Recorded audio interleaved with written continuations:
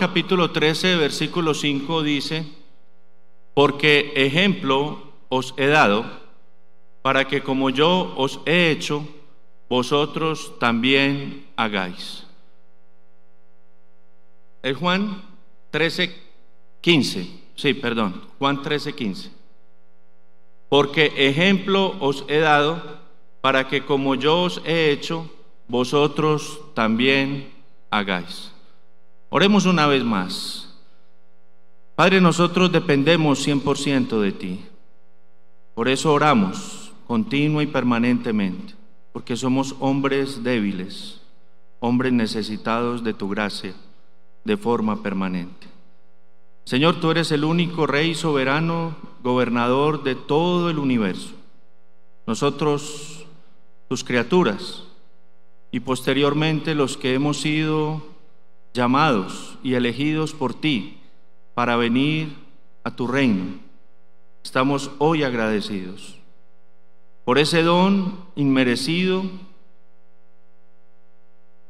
para con nosotros, por habernos llamado, habernos elegido, por habernos regenerado y por habernos dado ese don tan precioso que nunca jamás podríamos obtener, puesto que no lo buscábamos, Dios.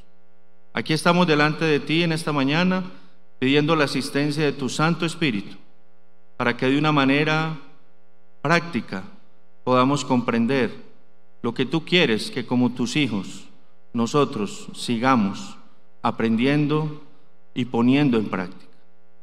Padre, gracias porque a ti te place a veces usar los menos doctos para traer enseñanzas a tu iglesia, pero la honra y la gloria siempre será para ti. En Cristo Jesús. Amén. Hermanos amados, en esta mañana Dios inmerecidamente me da el privilegio de traer la enseñanza de la escuela dominical, y puesto que es una escuela, sé que tiene un matiz diferente. No es un sermón expositivo como tal, sino una enseñanza que nos puede aportar de manera práctica a todos nosotros lo que Dios quiere que nosotros como iglesia entendamos en el punto en que estamos como iglesia local. La Iglesia de la Gracia de Dios más o menos tiene una historia de unos 20 años, desde su fundación hasta la fecha. Comenzó como la mayoría de las iglesias locales, con un grupo pequeño, y posteriormente, por la gracia de Dios, Dios fue añadiendo cada vez más a los que habían de ser salvos, a los elegidos de Dios. Y al final de la historia no sabemos cuántos más serán añadidos a esta iglesia local, que es una expresión particular de la iglesia universal de nuestro Señor Jesucristo. La iglesia es una sola y su cabeza es Cristo. Las iglesias locales son expresiones particulares sobre la faz de la tierra para mostrar el reino de Dios y para que el reino de Dios sea extendido y proclamado hasta su segunda venida. Dios es el Dios de la iglesia, el Señor de la iglesia, el dueño de la iglesia. Nosotros solo somos elegidos por su gracia para ser instrumentos en sus manos. Cada iglesia local, a medida que crece, va teniendo necesidades particulares, y no hay ninguna estrategia ni metodología humana que nosotros podamos poner al servicio de la iglesia para que la iglesia funcione. El método ha sido establecido desde antes de la fundación del mundo, y el método es el Evangelio de nuestro Señor Jesucristo. Y ese Evangelio está expresado en su misma palabra, y Jesucristo mismo es quien dirige a su iglesia. Por eso nosotros, como iglesia bíblica y reformada, creemos que todo lo que hacemos, lo hacemos a la luz de la palabra de Dios. Y por eso en esta mañana quiero compartir con ustedes un tema que he titulado Siervos para su gloria. Hace más o menos unos 5 meses hicimos un plan de capacitación para los sugieres y servidores que sirven en la iglesia local. Estuvieron los que Dios quiso que estuviesen, pero hubiésemos querido que estuviesen más personas, pero hemos ido entendiendo que los tiempos y las sazones son del Señor. Nosotros no estamos edificando una iglesia para el éxito. Estamos edificando una iglesia fiel a la palabra de Dios. La palabra de Dios dice que la iglesia es columna y baluarte de la verdad. Nuestra meta no es numérica, nuestra meta es fidelidad a la palabra de Dios. Pero hemos visto que la iglesia crece. Dios trae miembros a su iglesia, trae asistentes a su iglesia, y la Biblia misma nos enseña de qué manera debemos comportarnos en la casa de Dios. Y quisimos que esta enseñanza fuese no solo para los que han servido, sino para todos los que estamos asistiendo y siendo miembros de la iglesia local de la gracia de Dios. Quisiera preguntar quiénes de los que estamos hoy en este salón hemos alguna vez prestado servicio en la iglesia con mujeres. ¿Quiénes? Levanten la mano, por favor. Ok, muy bien. Muchos de ustedes, cuando llegan a la iglesia local, desean servir y empiezan a ofrecer su deseo para servir. Todos venimos de contextos diferentes, todos venimos de experiencias espirituales diferentes y comenzamos a ser evidenciados por el Evangelio de la forma correcta de servir. Y de eso es lo que queremos en esta mañana hablar para que todos podamos crecer y avanzar. Siguiendo su ejemplo, el ejemplo de servicio nos lo ha dado nuestro mismo Señor Jesucristo. Dice la Escritura que Él no consideró el ser Dios como cosa que aferrarse, sino que se despojó a sí mismo y se hizo siervo, y siervo hasta la muerte y muerte de cruz. Así que el ejemplo máximo de servicio lo tenemos en nuestro amado Señor Jesucristo. Siervos para su gloria. Cuando hablamos de servicio, a nuestra mente viene automáticamente ujier o servidor, persona que está a las puertas del templo y que continuamente está allí, y ese que nos recibe, acomoda, atiende, arregla, asea, hace todo lo que sea necesario para que todos vengamos al día del Señor y estemos lo más cómodamente posibles. Pero quiero decirte que desde la perspectiva bíblica, todos los cristianos somos llamados a ser siervos del Señor Jesucristo. No hay una condición donde algunos sean eliminados de esa responsabilidad, sino al contrario son convocados a que todo aquel que viene a Dios debe imitar a su maestro y a su Señor. Por eso dice, debemos seguir su ejemplo. Vamos a mirar entonces en esta clase 6 cosas básicas que quiero que todos tengamos, y es lo siguiente. Vamos a ver primeramente algunas definiciones, vamos a ver la importancia del servicio, vamos a ver un contexto bíblico sobre lo que es ser siervos para su gloria, requisitos de un siervo, carácter de un siervo y aplicaciones prácticas. Algunas definiciones. Actualmente es conocido como ujier el portero de un palacio, de un tribunal o un empleado de algunos organismos estatales. La actual iglesia cristiana ha retomado la palabra ujier de varias instituciones seculares y ha generalizado su uso. No es una expresión bíblica. Siervo es el vocablo con que la palabra de Dios describe con más frecuencia estas labores, desde la más pequeña hasta la de más alta responsabilidad. Así que como creyentes todos somos siervos de Dios para la gloria de Dios. En ese servicio hay labores más pequeñas y labores de más responsabilidad. Dios mismo constituye, dice la Escritura, a personas para algunos oficios especiales dentro de la iglesia local. Pero desde el hermano que asea la silla hasta nuestros pastores son siervos en una condición igual que cualquier creyente, pero con una función especial que Dios va determinando. Vamos a mirar entonces la importancia del servicio. Un ujier, y por eso agregué allí la palabra siervo, porque quiero que cuando pensemos en ujier pensemos en ¿quién? En un siervo. Y cuando pensamos en un siervo y en un ujier estamos pensando en que todos nosotros somos parte del cuerpo de Cristo, por lo tanto todos somos llamados a servir. Pero Dios va estableciendo algunos hermanos con dones, talentos y habilidades especiales que estarán en funciones específicas. El ujier siervo es a menudo el primer representante oficial de Jesucristo, que las personas ven al entrar en la casa de Dios. Su actitud ayuda a dar un tono espiritual. Mire la importancia de un servidor, de un ujier, de alguien que está sirviendo al pueblo de Dios para la gloria de Dios. Y hoy la oración es que el Espíritu Santo nos muestre a nosotros la gran necesidad de tener la actitud cristiana como servidores de Dios. Cuando tú estás sirviendo, recibiendo a personas, atendiendo a personas para que todo funcione bien, desafortunadamente a veces perdemos la perspectiva de a quién le estamos sirviendo y para quién es la gloria de ese servicio.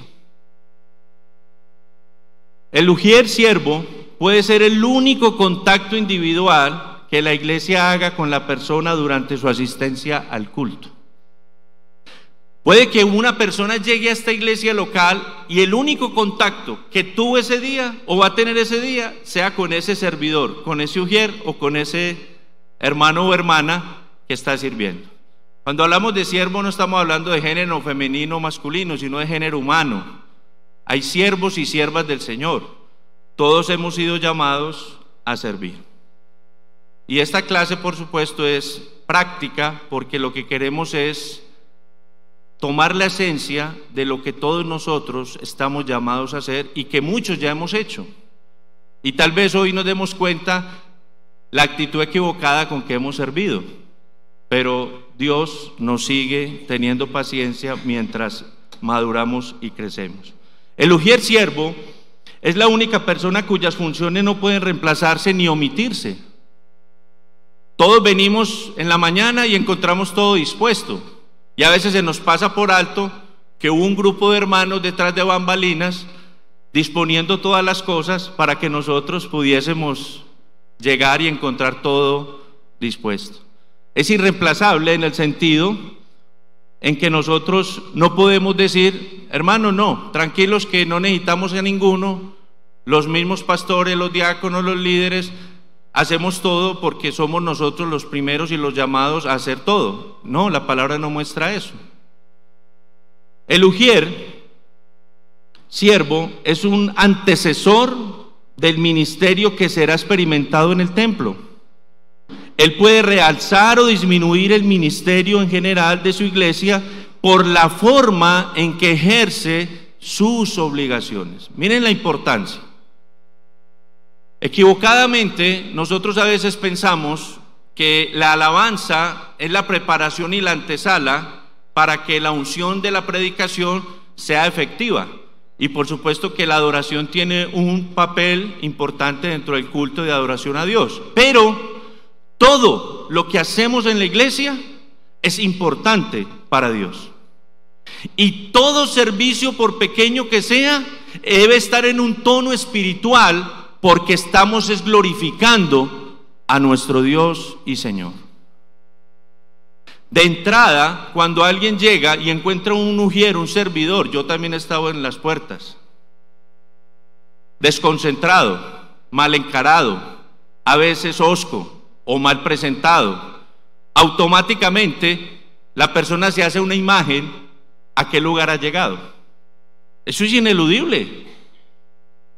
Hemos caído a veces en el error de pretender de que no es necesario el orden, la administración, la modestia, la apariencia en un sentido, la forma, porque finalmente Dios es un Dios espiritual, pero la Biblia no nos muestra eso. La Biblia nos muestra que Dios es un Dios completamente preocupado de todas las áreas de nuestra vida y como más y con mayor razón de la iglesia del Señor. Por eso todo lo que nosotros hacemos como servidores es importante y cada actitud, cada expresión, cada gesto es una forma de ir mostrando y preparando el ambiente para el servicio a nuestro Dios y Señor. El ujier siervo es un representante personal de Jesucristo que trata directamente con las personas cuando llegan a la iglesia. Por razones de funcionalidad, los pastores no pueden estar a la entrada de la iglesia o todos los diáconos siempre, Además, como las iglesias bíblicas no pretenden ser pastorcéntricas ni antropocéntricas, sino cristocéntricas, por supuesto que aquí no le damos el realce a un hombre, sino que toda la gloria y el honor es para nuestro Señor. De ahí la importancia que nosotros no estamos sirviendo y edificando un templo para un hombre, no para un hombre ni para un nombre, sino que participamos por su gracia en la construcción de la iglesia de nuestro Señor Jesucristo. Entonces, hermanos, la primera imagen que alguien tiene cuando viene a la iglesia local es la de un ujier, no la de un pastor. Algunos tienen cara de pastor y de entrada cuando entra alguien dice: usted es el pastor. Algunos les han dicho eso, ¿cierto? Algunos ujieres, y el ujier se siente como: no, yo no soy el pastor, pero para allá voy.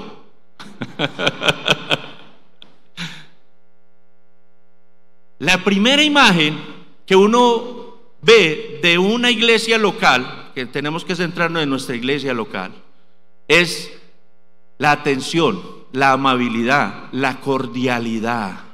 Mire, cuando hicimos el seminario, producto del cual esta clase hoy en día se da, porque hoy vamos a darles una noticia al final muy especial,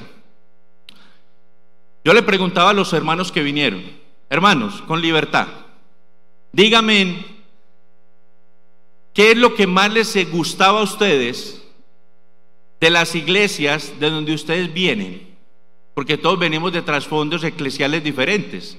Algunos vienen del catolicismo romano, otros venimos de la mayoría del pentecostalismo, el carismatismo y toda esa cantidad de ismos. Y cuando llegamos a la iglesia bíblica, lo que más nos sorprende a todos es redescubrir el evangelio y darnos cuenta que estábamos mal adoctrinados. ¿Cierto que sí? No sé si es la experiencia solo mía. Pero de entrada, cuando llegamos y encontramos un ujier allá: bienvenido. Y uno dice: wow. Y entramos y vemos una reverencia que al principio no entendemos, pero posteriormente descubrimos y valoramos. Decimos: qué chévere. Y empieza uno a batallar en su mente. Bueno, en esta iglesia bíblica la palabra es espectacular, pero la frialdad es inmensa.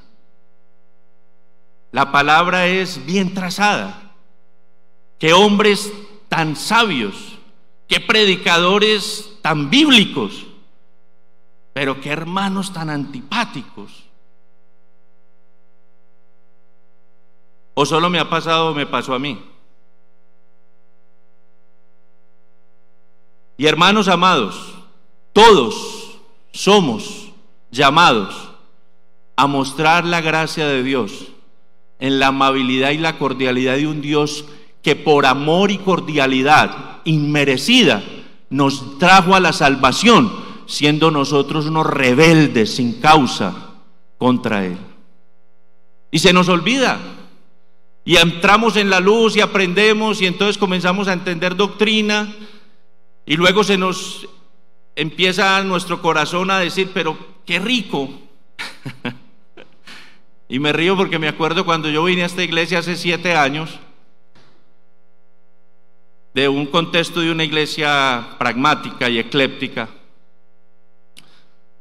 y traje a mis hijos, y ellos la primera vez decían: wow, papi, qué palabra. Uy, me acuerdo que uno de mis hijos al otro le decía: es que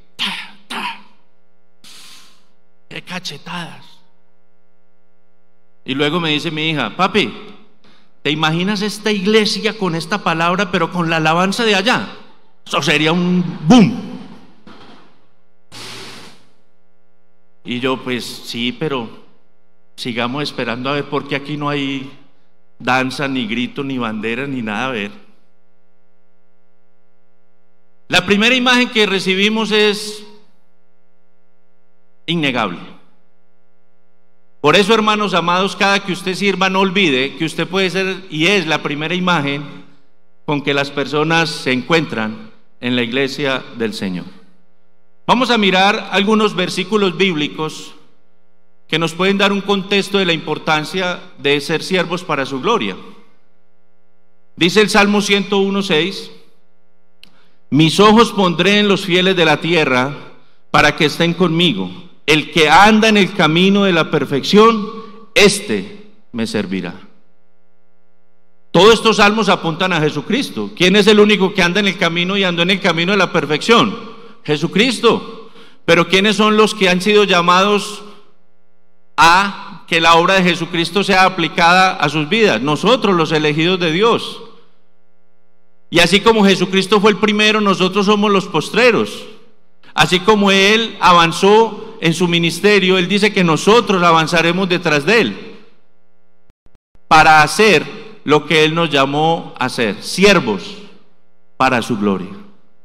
Versículos, Proverbios 14:35. La benevolencia del rey es para con el servidor entendido, mas su enojo contra el que lo avergüenza. Nos llama a ser siervos entendidos. Hebreos 6:10, Nuevo Testamento, nos muestra claramente en la práctica a la iglesia el servicio. Porque Dios no es injusto para olvidar nuestra obra y el trabajo de amor que habéis mostrado hacia su nombre. ¿Hacia su qué? ¿Cómo mostramos ese trabajo de amor hacia su nombre?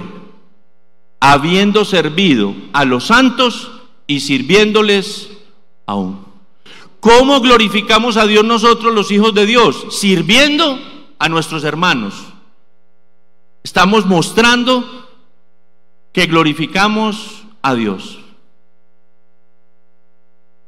Hermanos amados, la Biblia está llena de textos que apuntan al servicio, a la entrega, al despojarnos de nuestros propios intereses, al tomar nuestra cruz y a renunciar a nuestros intereses particulares para los intereses del reino, a despojarnos de nosotros mismos.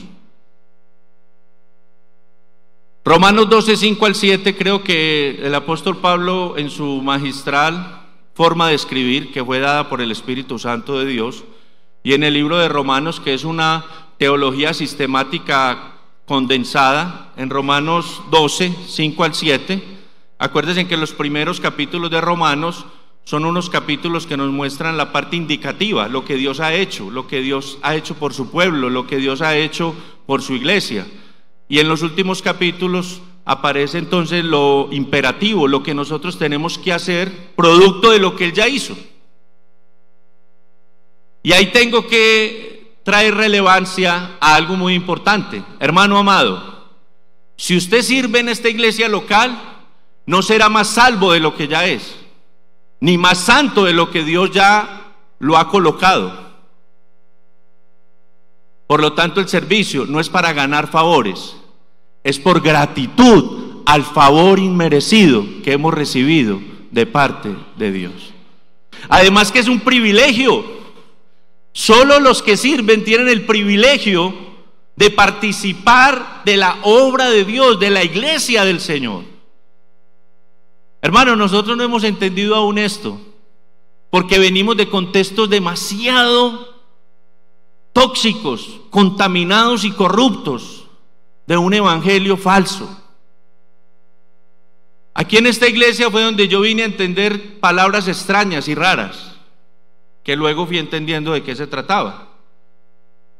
Y yo decía, hermano, pero aquí ¿por qué son tan bíblicos, tan académicos? Entonces un hermano me decía, hermano, lo que pasa es que nosotros somos ortodoxos. Oh, muy chévere. Pero yo no me atrevía a ortodoxia. ¿Qué denominación será esa?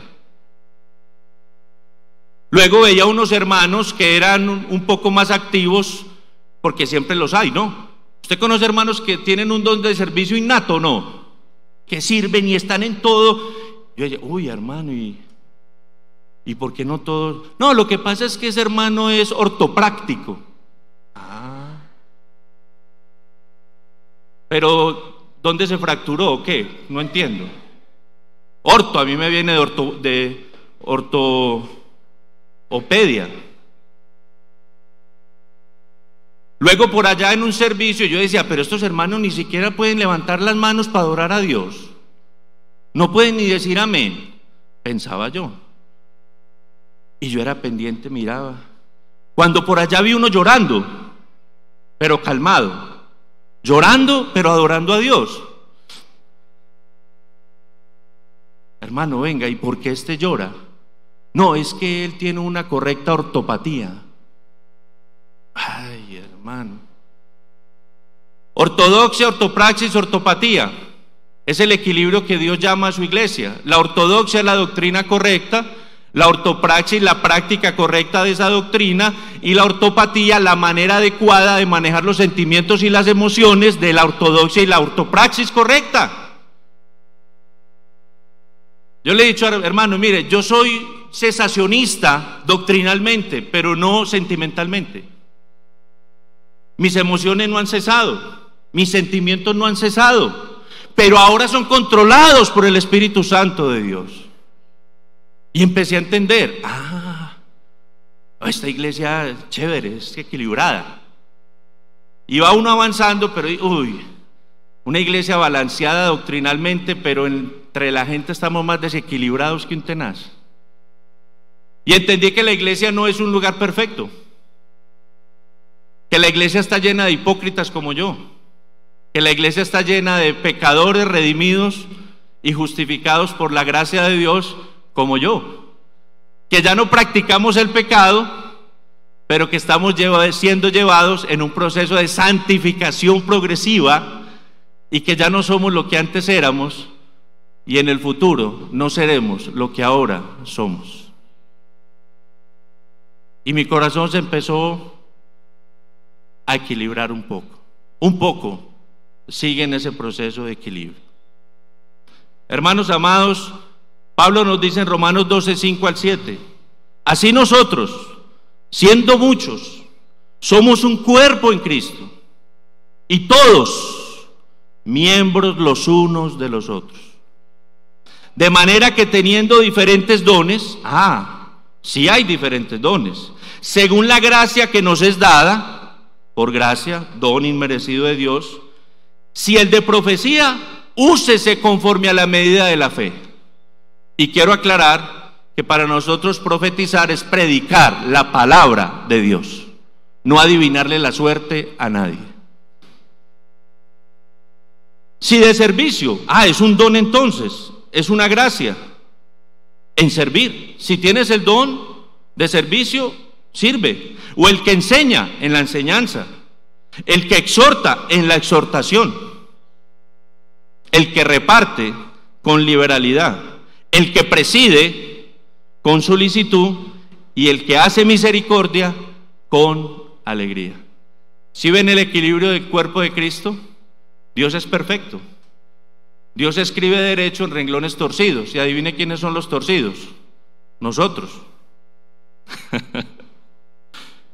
Dios nos ha puesto en un cuerpo con muchos miembros.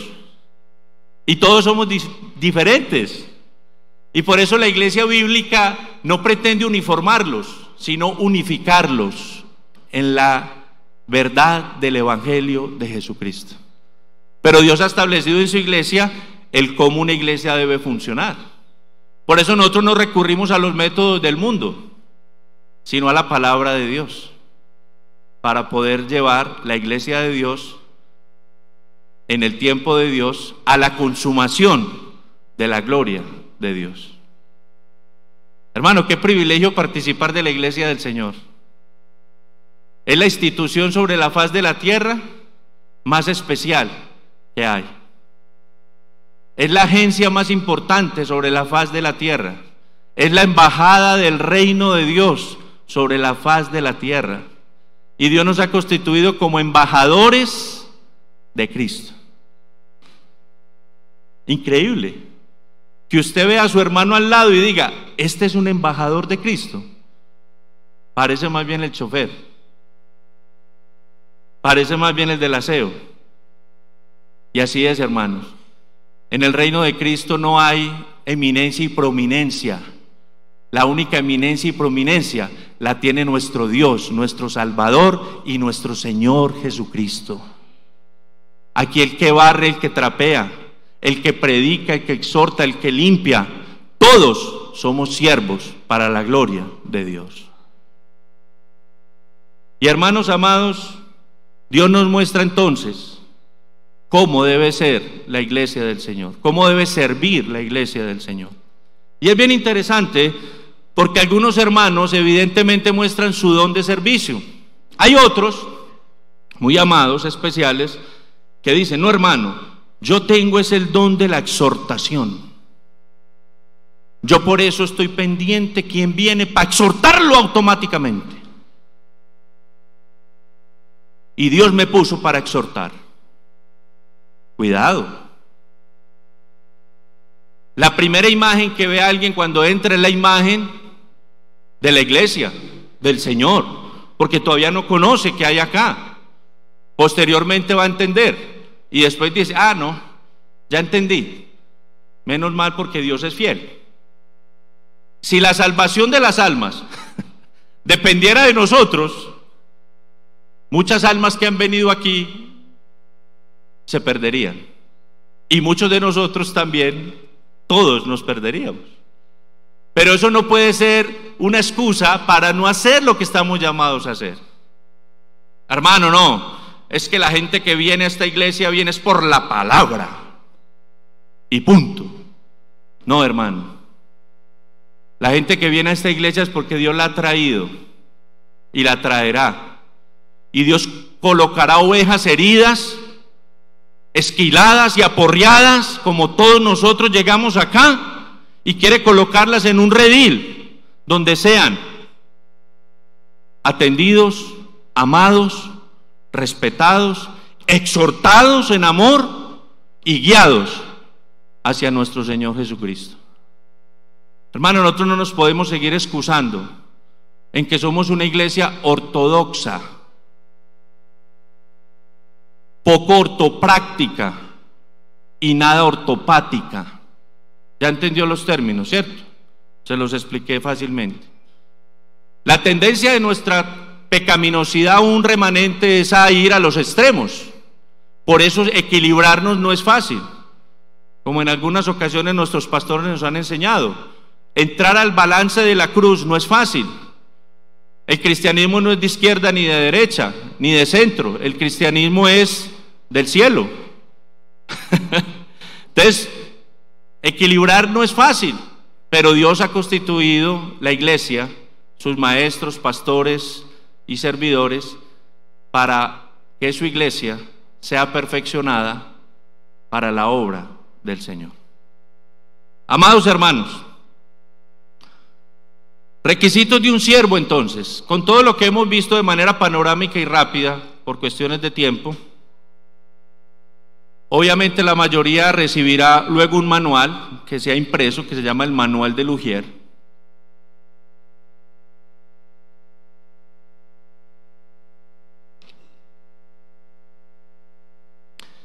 Y que algunos ya han recibido, otros no. La iglesia local se edifica conforme a la palabra de Dios establece. Dios establece que las iglesias locales, bíblicamente constituidas, deben ser apostólicas, históricas, confesionales, y posteriormente aparece una palabra que vamos comprendiendo, y es que la idea o el plan de Dios es que la iglesia sea saludable, ¿cierto? Y una iglesia saludable, bíblicamente, es una iglesia que predica expositivamente, es una iglesia que hace todo conforme a la Escritura, es una iglesia que practica la disciplina eclesial, es una iglesia que está constituida por pastores y ancianos, miembros, diáconos. Es una iglesia que hace todo conforme a lo que la palabra de Dios nos ha mostrado. Es una iglesia que no busca la gloria del hombre, sino la gloria de Dios.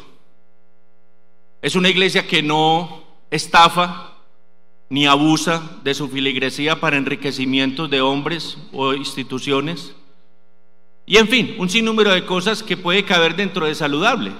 Y para la gloria de Dios y de manera inmerecida, nosotros No somos una iglesia perfecta, pero estamos construyendo para la gloria de Dios una iglesia saludable para el reino de Dios. Y la iglesia no es saludable porque nosotros seamos saludables, sino porque la palabra de Dios nos muestra el cómo la iglesia debe funcionar de manera correcta. Como iglesia local, nosotros por supuesto hemos crecido. Les contaba rápidamente la historia. Pasamos de ser 13 al principio, hace 20 años. Algunos han oído la historia de nuestra iglesia local. El pastor Sergio a veces nos la recuerda. Luego pasamos, como toda iglesia, de lugar a lugar, pero como la iglesia no es un edificio, sino una membresía y un grupo de hermanos, nosotros salimos de acá y ¿qué queda? Un edificio que ha sido consagrado, sí, para actividades santas, pero la vida de este edificio es la iglesia del Señor, que somos nosotros. Actualmente nuestra iglesia cuenta con una asistencia en promedio de 400 asistentes. Y miembros unos 260, si no estoy mal, y sumando cada vez más. Atender todo este número de personas implica mirar Dios como quiere que lo hagamos. Dios muestra en su palabra que cuando la iglesia crecía empezaron a haber dificultades, problemas. Dios establece que se nombren diáconos, que los pastores se dediquen a la oración y a la predicación. Luego va estableciendo que las iglesias locales empiecen a organizarse y administrarse adecuadamente. Las iglesias comienzan a tener localidades, recursos, tanto económicos, físicos. Y la pregunta sería, ¿cómo debe administrarse la iglesia del Señor si es del Señor? Con excelencia, porque es para la gloria del Señor. Y la Biblia lo muestra de qué manera se debe de hacer. Y Hechos nos muestra cómo la iglesia empieza a crecer y avanzar. Y nosotros somos parte de esa iglesia inicial que nuestro Señor Jesucristo vino a establecer en su primera venida. Ahora estamos representados por una iglesia local donde nosotros somos miembros y otros asistentes. Pero para en nuestra iglesia local hacer las cosas como Dios quiere que la hagamos, nosotros necesitamos tener unos requisitos de un siervo a la luz de lo que ya les he expuesto. Ser nacido de nuevo. Para yo servir al reino de Dios tengo que estar claro de que pertenezco al reino de Dios. De resto es imposible. Una evidencia de que yo soy un regenerado y que he venido a la vida es que cuando vengo a la iglesia entiendo que el bautismo es un mandato de Dios y que el bautismo no salva, pero evidencia que en mí hay salvación, y doy testimonio público de esa fe. Ser bautizado, congregarse con fidelidad. Hermano, yo soy miembro de la gracia de Dios. Pero hace días no te veo. No, es que yo voy cada 3 meses. No, tú no eres miembro, tú eres asistente, y como asistente eres siempre bienvenido.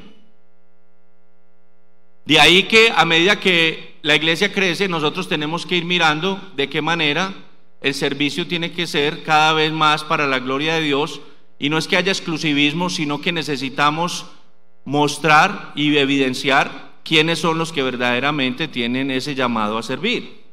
Congregarse con fidelidad, estos son requisitos de nuestra iglesia local, obviamente. Ser instruido sobre la confesión de fe de Londres de 1689. Nosotros somos una iglesia confesional. Nosotros no estamos en el aire en la historia. Nosotros no creemos que la confesión de fe es paralela a la Biblia, ni que es una cartilla que supera la Biblia, sino que la confesión de fe, como nuestros pastores nos han enseñado, sale de la Biblia como una forma de catequesis para entender las doctrinas de la Biblia. Esa es la confesionalidad.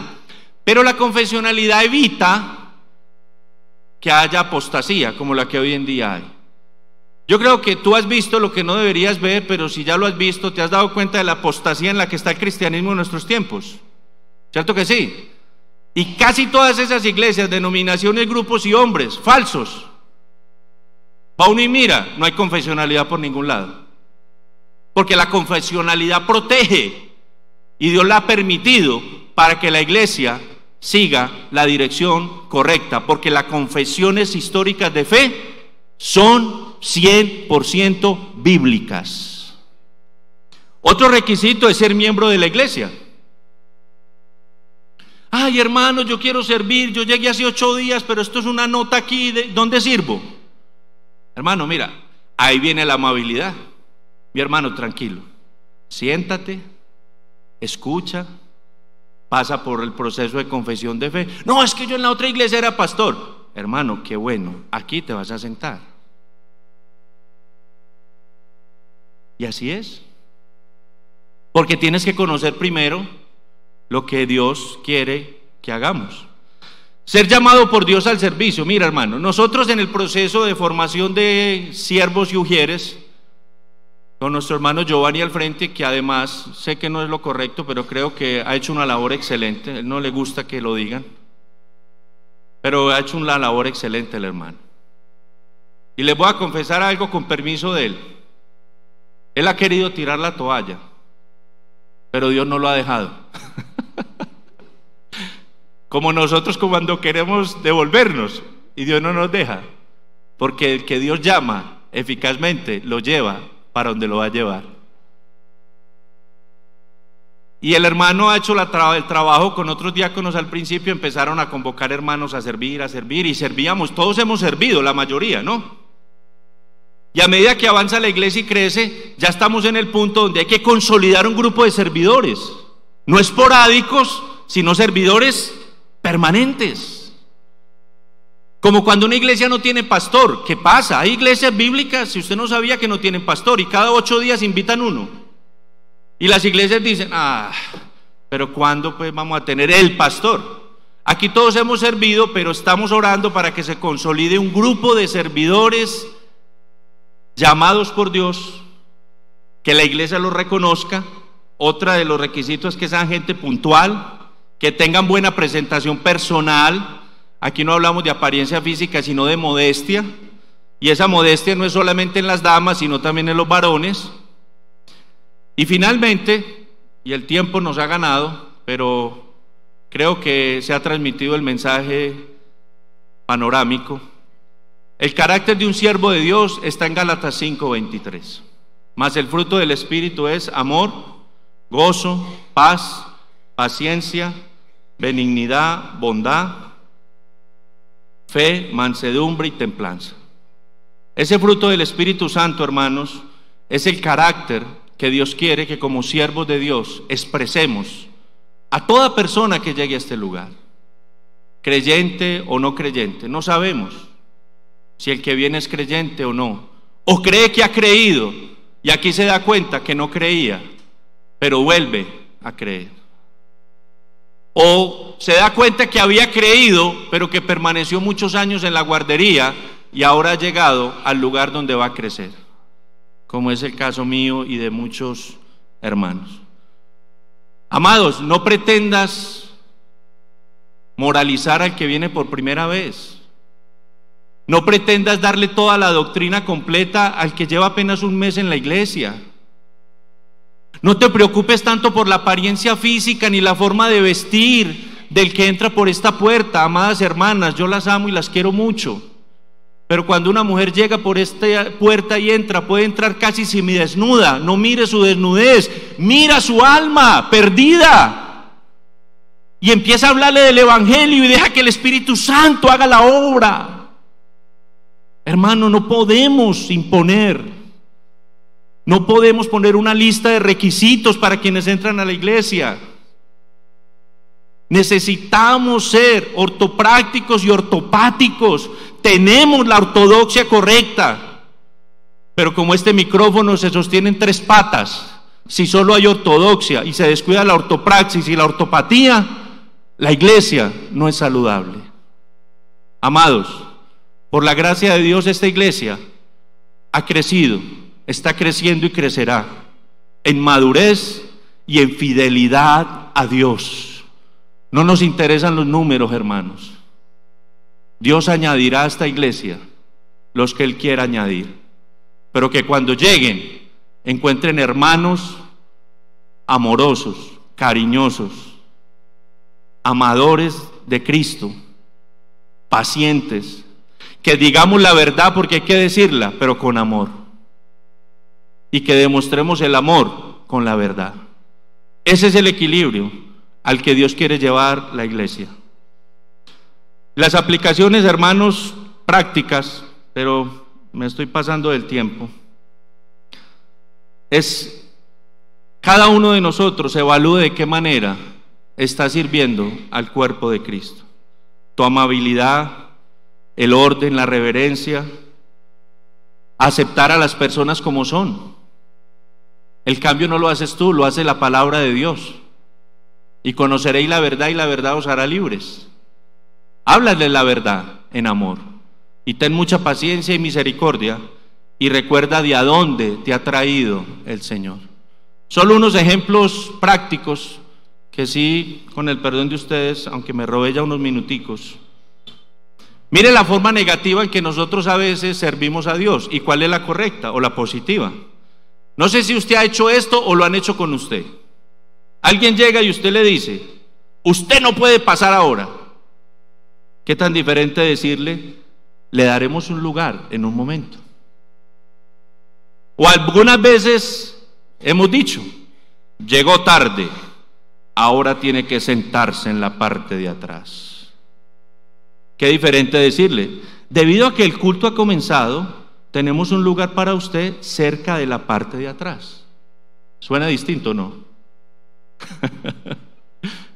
Pero yo soy ortodoxo, hermano. Yo al pan, pan y al vino, vino. No. Hermano, así no es. Mire otra. Yo sé que aquí no pasa, eso pasa en otras iglesias. A su edad, me imagino que no puede oír bien. ¿Qué tan diferente decirle? Tenemos buenos lugares en la parte de adelante donde todos pueden ver y oír mejor. ¿O qué tal esta? Por favor, cállese. ¿Qué tan diferente decirle, hermano, amigo, disculpe? ¿Podría ayudarnos a promover la reverencia en el templo? ¿Cómo debe de hablar un hijo de Dios? ¿Cómo debe expresarse un siervo de Dios para su gloria? Amados hermanos, esta es la iglesia del Señor. Nuestra iglesia local está en construcción permanente. Siempre hay oposición, siempre hay quienes irán en contra, desde afuera y desde adentro, pero para la gloria de Dios y de manera inmerecida, todos nosotros en este salón hemos sido llamados a ser siervos para la gloria de Dios. Que el Señor nos ayude, hermanos. Vamos a orar. Padre, en esta mañana queremos darte a ti la gloria y la honra porque tú eres un Dios bueno y maravilloso, porque eres un Dios amoroso y claro en tu palabra. Hoy queremos decirte que estamos convencidos de tu gran misericordia, pero también hemos sido redargüidos por tu Espíritu de nuestra gran necedad, de nuestra gran torpeza y debilidad.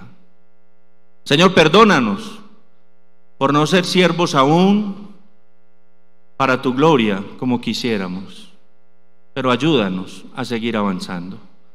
Señor, reconocemos y pedimos perdón por toda nuestra manera equivocada a veces de pretender hacer y construir tu iglesia.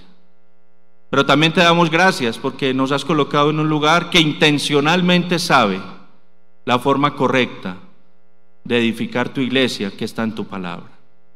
Señor, nunca permitas que dejemos nuestra ortodoxia, Señor, pero ayúdanos, por favor. Yo te lo ruego, Dios. Ayúdanos a poner en práctica de manera correcta esas enseñanzas tan claras de tu palabra. Y no endurezcan nuestros corazones, oh Dios, para que nuestros sentimientos y emociones, que no deben de ser controladas de manera loca por nuestra carne, sino guiadas por nuestro espíritu, nos lleve a tener compasión, amor y misericordia por los débiles, por los que aún no han entrado, por los que han entrado y son bebés, niños o jóvenes aún. Padre, que los que han madurado más no olviden de dónde tú los has traído, que su madurez espiritual los lleve a ser más humildes y a reconocer su pobreza, y que esa madurez la tienen no por ellos mismos, sino por tu gracia benevolente. Ayúdanos a todos a seguir edificando tu iglesia, Señor. No somos capaces en nuestras fuerzas. Te lo pedimos en Cristo Jesús. Amén.